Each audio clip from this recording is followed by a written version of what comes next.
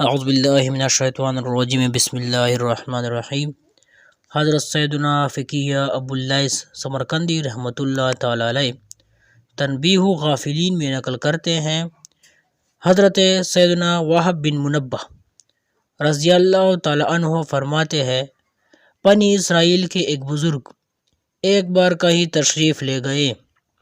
راستے میں ایک موقع پر اچانک پتھر کی ایک چٹان اوپر کی جانب سے سر کے قریب آ پہنچی۔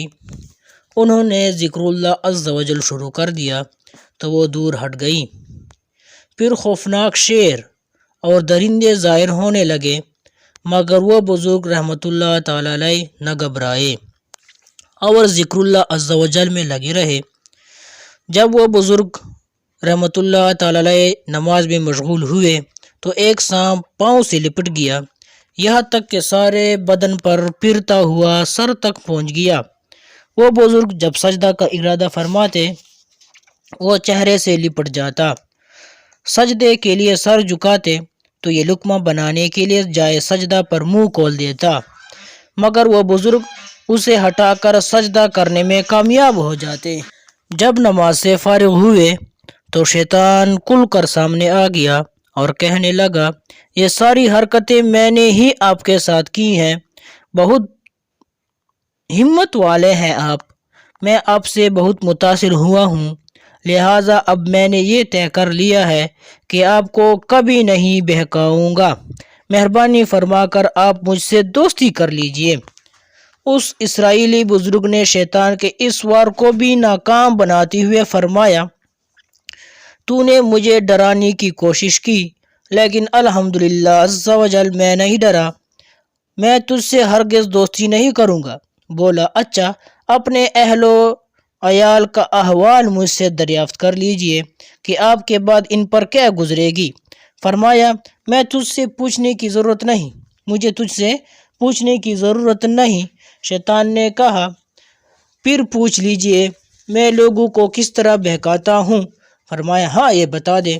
بولا، میرے 3 جال ہے، میرے 3 جال ہے، نمبر 1 بخل، نمبر 2 غصہ، نمبر 3 نشہ۔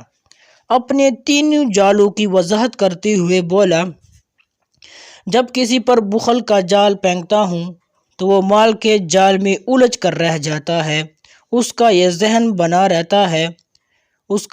بناتا رہتا ہوں کہ تیرے پاس بہت قلیل مال ہے۔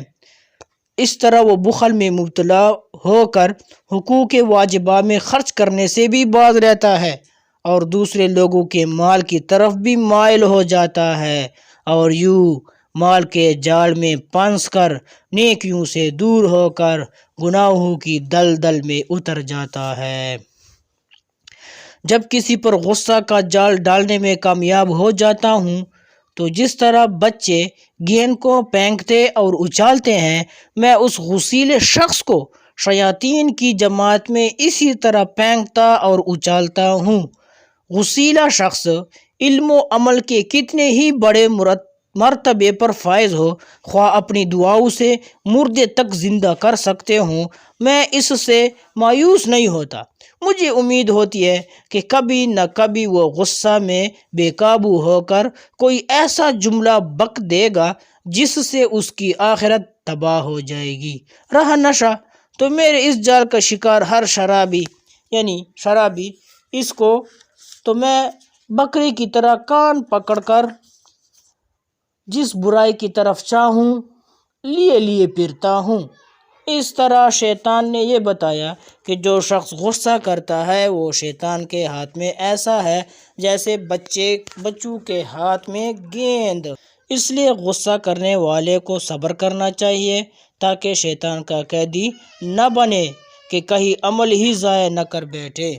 پیارے اسلامی بھائیوں، اس بزرگ کی گفتگو میں شیطان نے یہ بات بھی بتائی ہے کہ غصیلا انسان شیطان کے ہاتھ میں اس طرح ہوتا ہے جیسے بچوں کے ہاتھ میں گیند، لہٰذا غصہ کا علاج کرنا ضروری ہے، کہیں ایسا نہ ہو کہ غصہ کے سبب شیطان سارے اعمال برباد کروا ڈالے۔